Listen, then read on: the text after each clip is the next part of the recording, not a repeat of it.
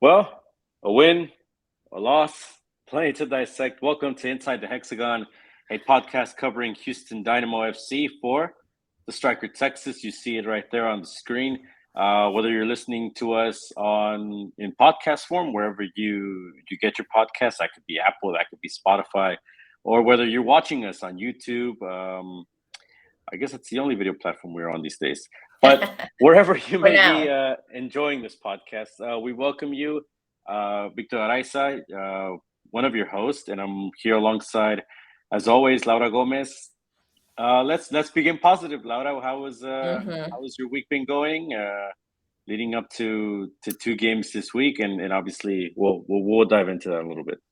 I mean, there's been a lot of action, a lot of soccer action. After watching the Dynamo, I ended up watching Liga MX too. So there was a lot of wishing and yearning and wanting once I compared both the leagues and certain teams and being not negative, but being a realist and also having, some thoughts of being positive of where the Dynamo could eventually be in a couple years.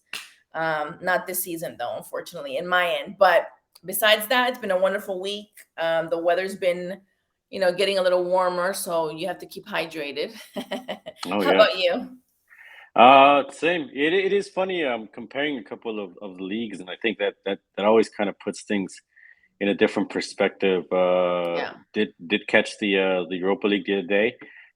Your boy Santos Borré getting a title in Europe, so there goes that. Yeah. For as much as they're not going to the World Cup. I'm like, Let me move on. Let's transition. All right, Houston against Nashville. We had talked about how this would be actually this 2-game stretch was going to be important. 6 points on the line for Houston. Nashville, like Houston, had played midweek in the U.S. Open Cup. They actually went 30 minutes longer into extra time with their rival at Atlanta United. I guess they have a rivalry, or it does seem to be a little bit more natural than maybe some of these other rivalries that kind of get forced a little in MLS, Yeah. right? And obviously, again, in the Open Cup at as early a stage as we are now, the round of 32, for these two teams to come out playing their starters, I mean, it kind of shows you how much they care. In Nashville's new stadium, Nashville ends up winning that game 3-2 after scoring in second half stoppage time, scoring in extra time, which meant that what we thought was going to happen happened.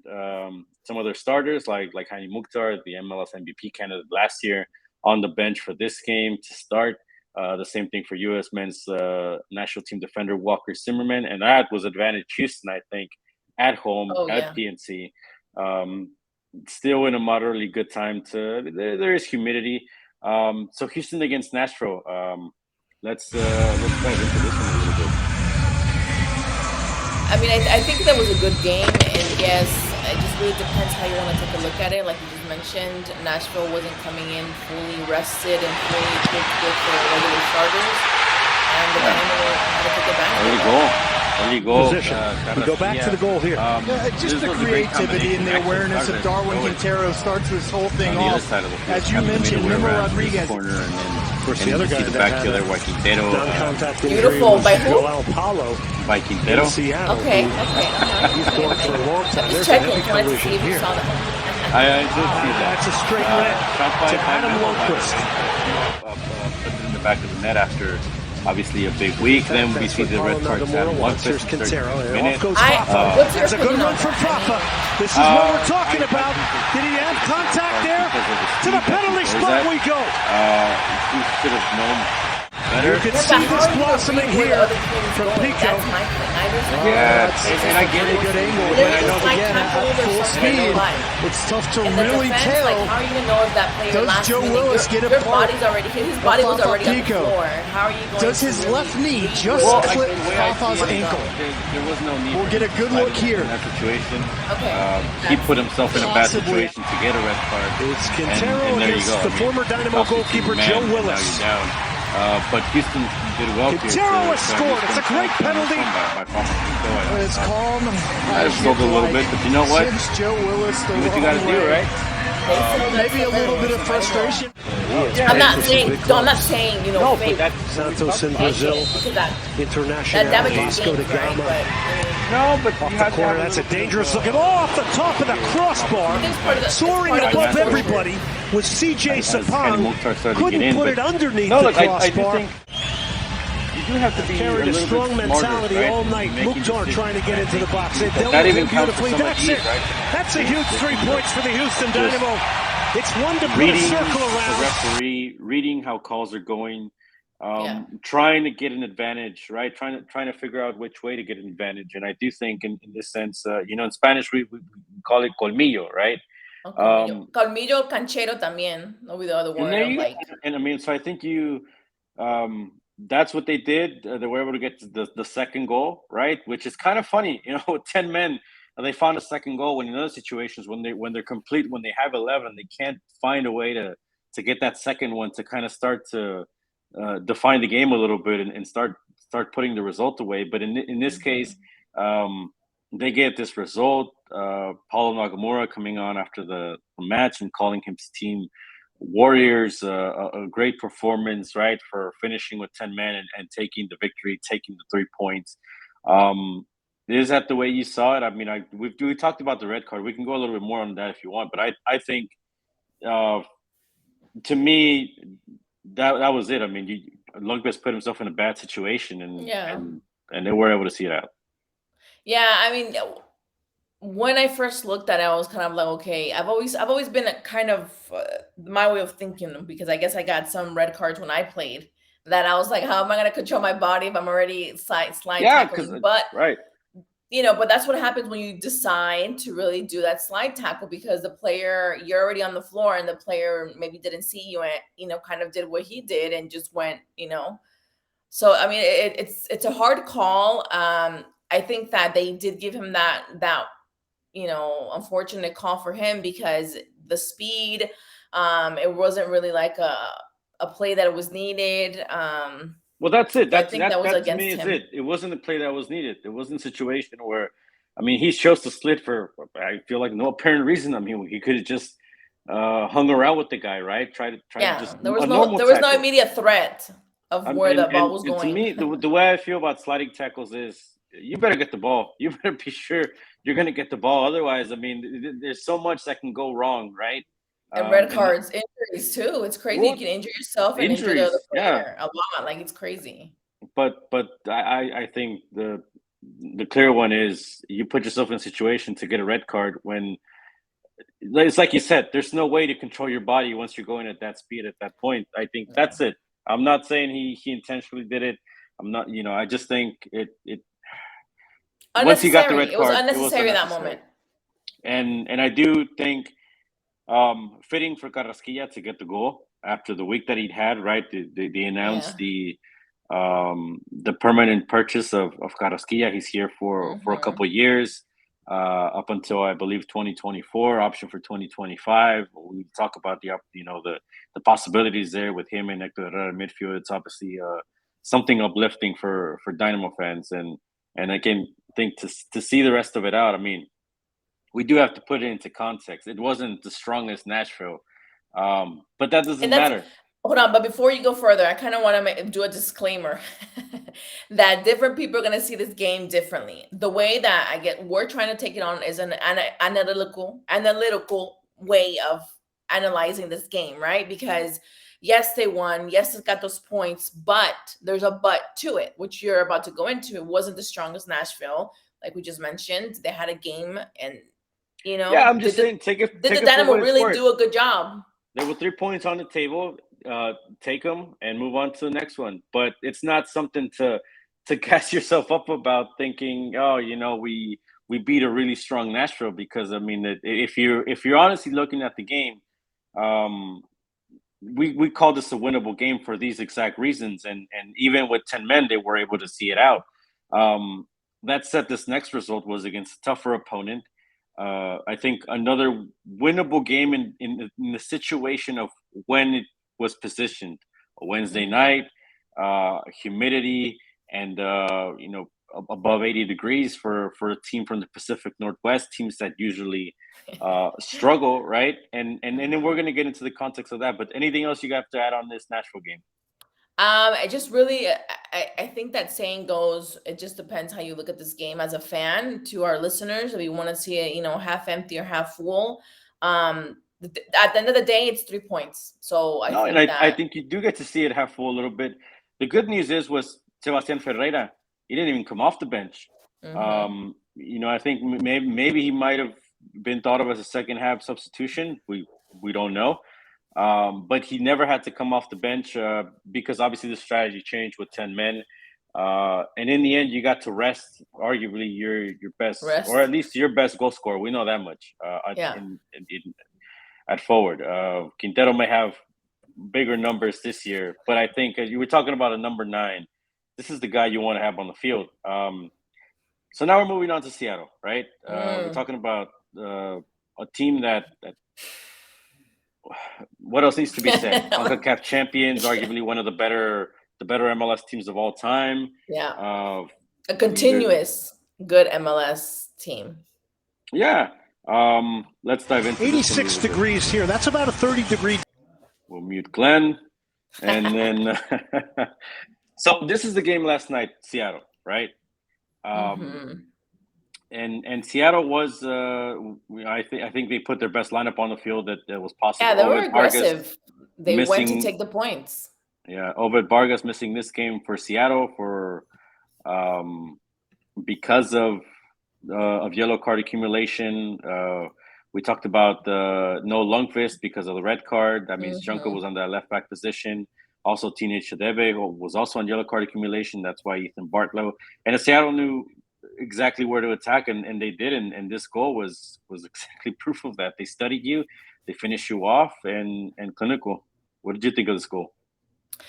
I mean, I think that very smart. It's just a very smart positioning of the players and the connection that they have between them, and that unfortunate last minute deflection. Was it right? Yeah, this was the game that was a little deflection in there. There you go. On the shin of one of the Dynamo players. It's a guy who. But the play, but it was already almost, But you can argue, okay, it's they only lost by a goal, and there was a deflection inside already, blah blah. But the level of rhythm that Seattle had in those passes was beautiful up until the end, because of the deflection. For me, kind of takes away a little bit of the beautifulness of that goal that was well played, because it was just like a ping pong ball. A positive for Seattle, but not so good for the Dynamo, because they were missing so many players, and there were so many open pockets that team was able to do that. Yeah, and I think they got so many players to attack you with. By the way, Carrasquilla got a yellow card in the 11th minute. I don't think we got to see it in these highlights, but this is the second yellow if you're watching with us on YouTube. Just a small grab, but a second yellow, which means it's a grab, yeah, and uncalled for too. And just maybe better decision making, right? I mean, you're on a yellow, any little thing. Again, just the decision making of this team is just something to learn from. It's not. I mean, I don't know. Yeah, but you also I think that a lot of the players, I want to say certain teams from Latin Americas, is very aggressive. Yeah, it's part of adapting. It's a lot, yes. So he has to adapt a little bit more to the MLS of not doing that, because there's a lot of games that we might see in Latin America that would have been oh, okay, that's nothing, and the ref would have never looked at it.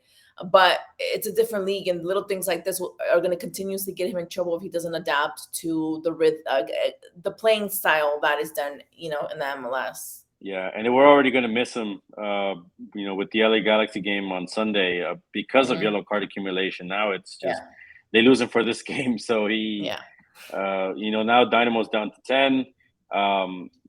They still got forward a little bit. That's I guess you could say that's commendable. That's one of the positives. But these are chances that aren't even.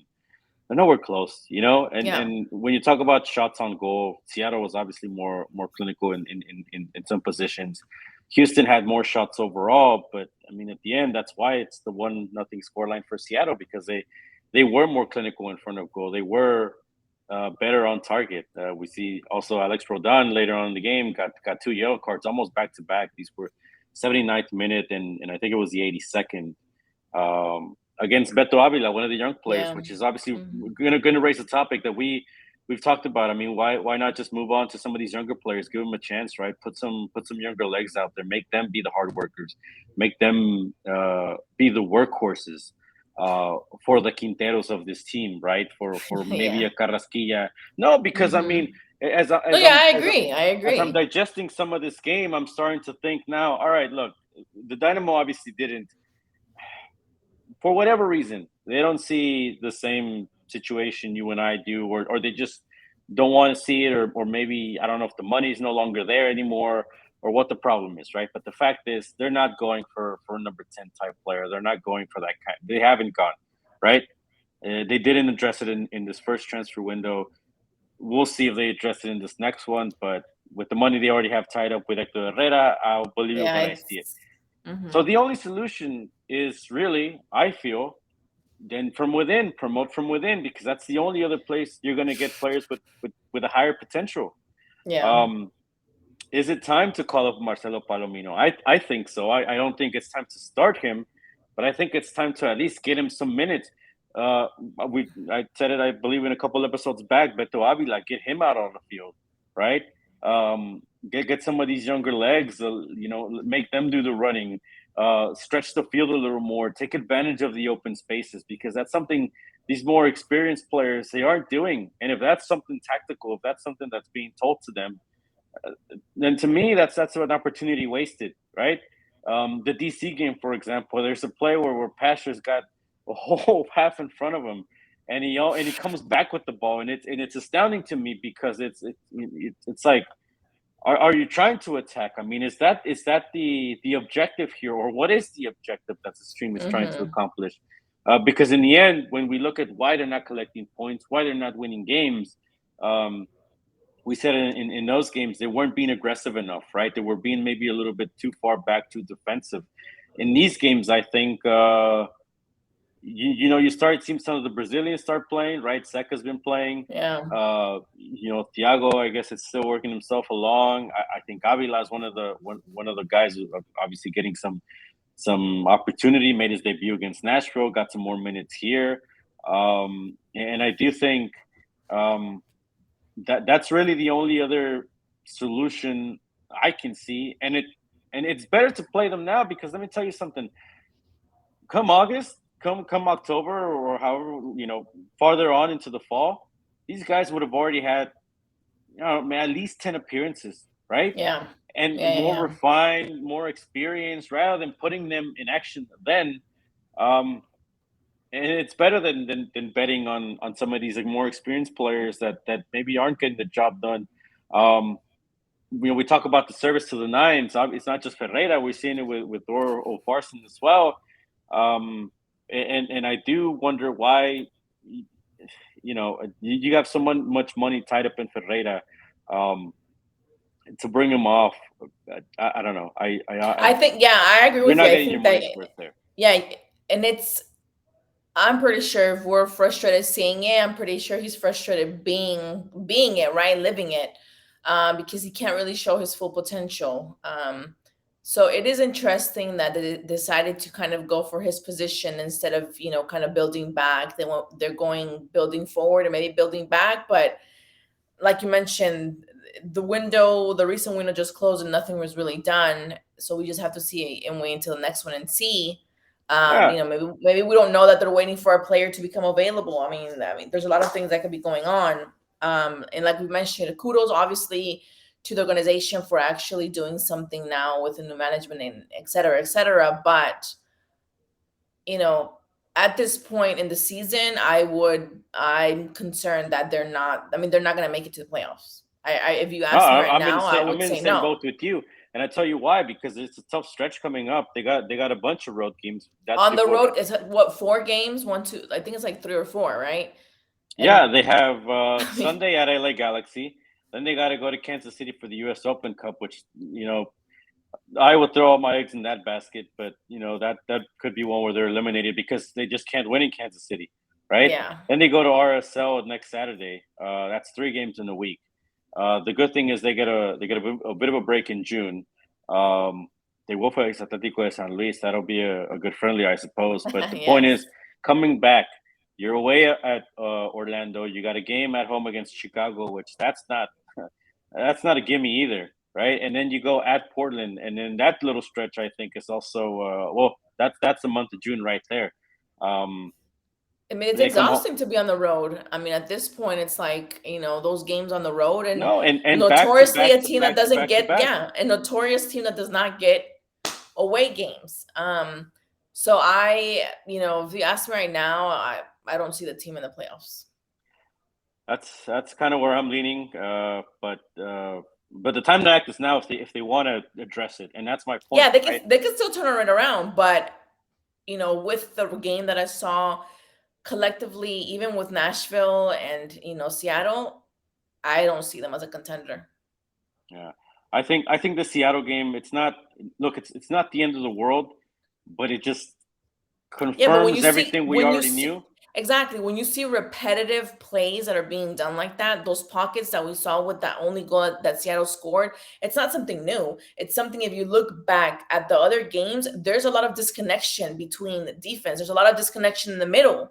And then obviously that causes disconnection in the front. And it's not something that we saw in our first game. It's something that we've seen, continuously. Like I mentioned, I think in the last podcast, I'm sure they sit down and watch the videos, but I mean, I'm not seeing them kind of close and fix it.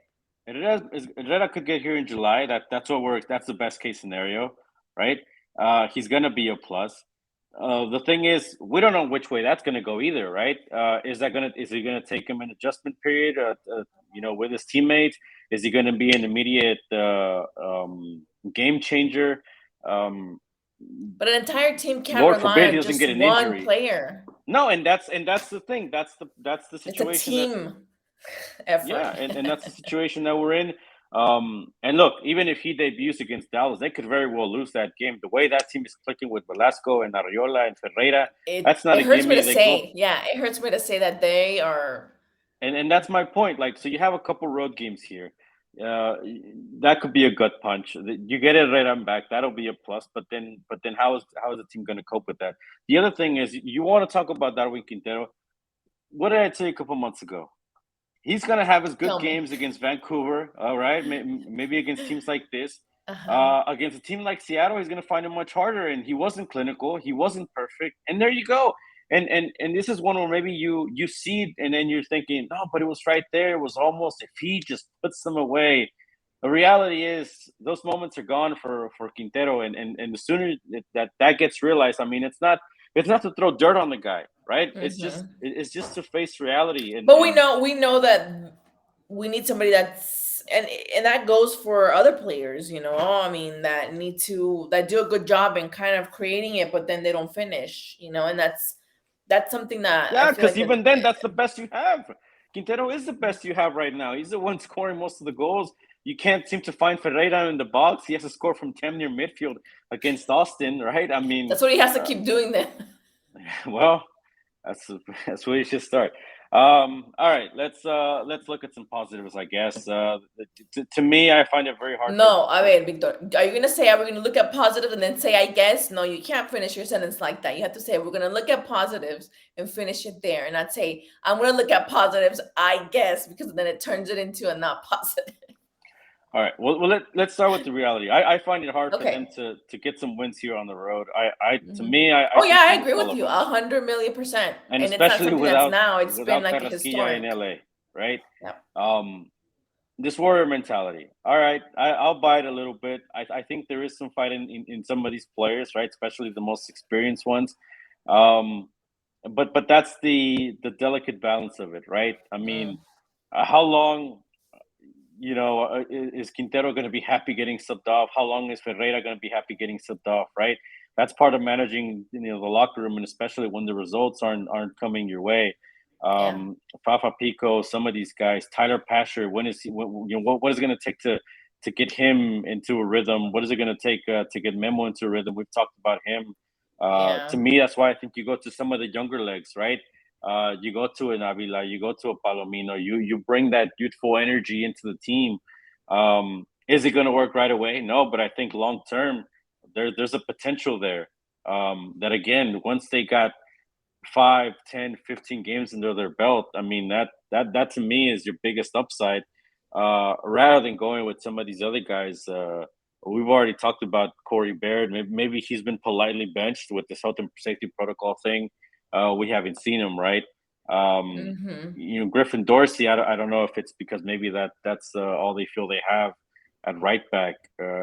Matias Vera, I still think has to be, and he's out through the personal matter, it seems, but he's got to be have a little bit more bite in midfield, right? He got a been raise kind last of year. very quiet in I this think season. stagnant would be a better Yeah. word. And that's what I mean. That there's got to be something. We talked about maybe a new vibe to this team, right? There's got to be. We've heard this new energy at the beginning of the year. Well, let's see it.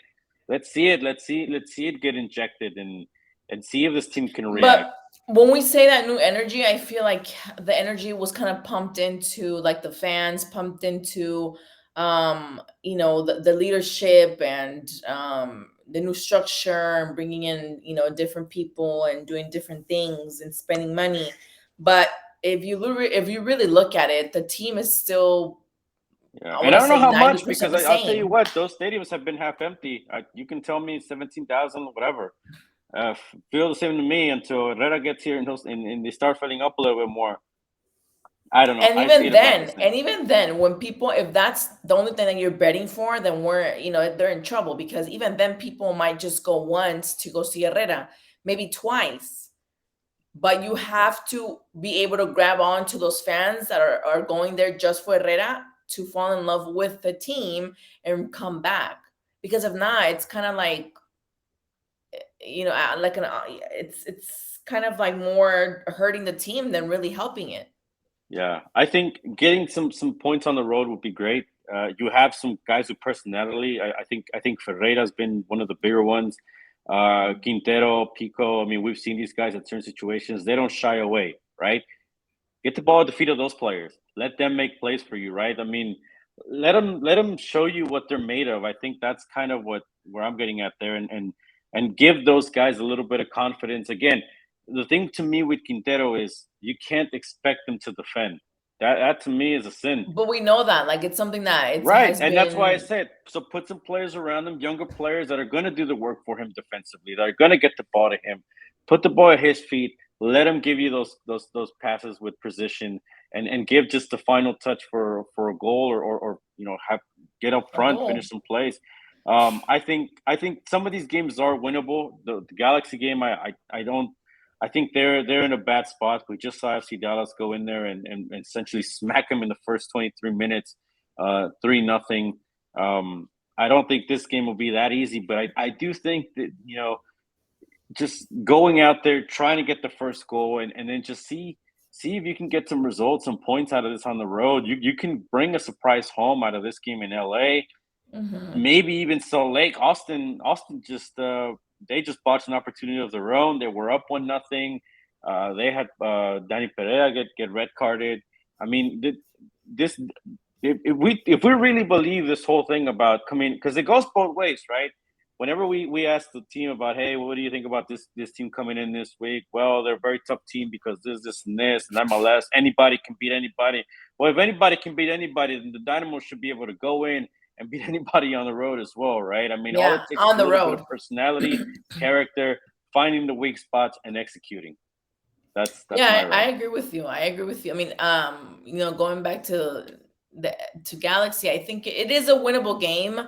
At least tieable. I think that the Galaxy has been kind of iffy. They haven't really been too steady. I think that they've had some losses, some wins, but they haven't really shown a lot of dominance. Like they're a team to really say, well, they have no chance to beat. So, I mean, why not?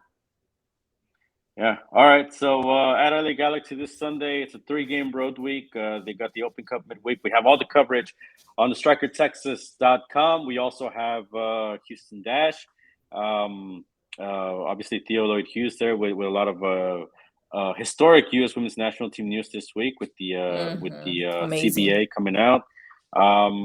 Plenty of stuff all over the state. Laura, I know you've been covering the Dash as well. So there you go, dissecttexas.com, your one-stop shop. Sign up, try it out as we have this last month before. Give us a chance. The Herrera arrival. Yeah. The Herrera arrival. I feel like we're what's those movies that they always say like the eagle has landed? It's like the president. I feel like we're doing that with Herrera. Like we're just waiting for the eagle to kind of land and magically have like a magical solution and get the Dynamo to the playoffs. Hopefully. We're ready for that stadium to be filled again. Oh yes, I remember. I'm ready. Right. As a reporter. Let's hope we have some positive results here in the next coming week. Regardless, we'll be here to dissect it for you, give a little bit more deeper analysis than you might get other places. And obviously, the StrikerTexas.com, we mentioned it. That's the place to go. I'm Victor Araiza, Laura Gomez, and we'll catch you next week here on Inside the Hexagon. Bye.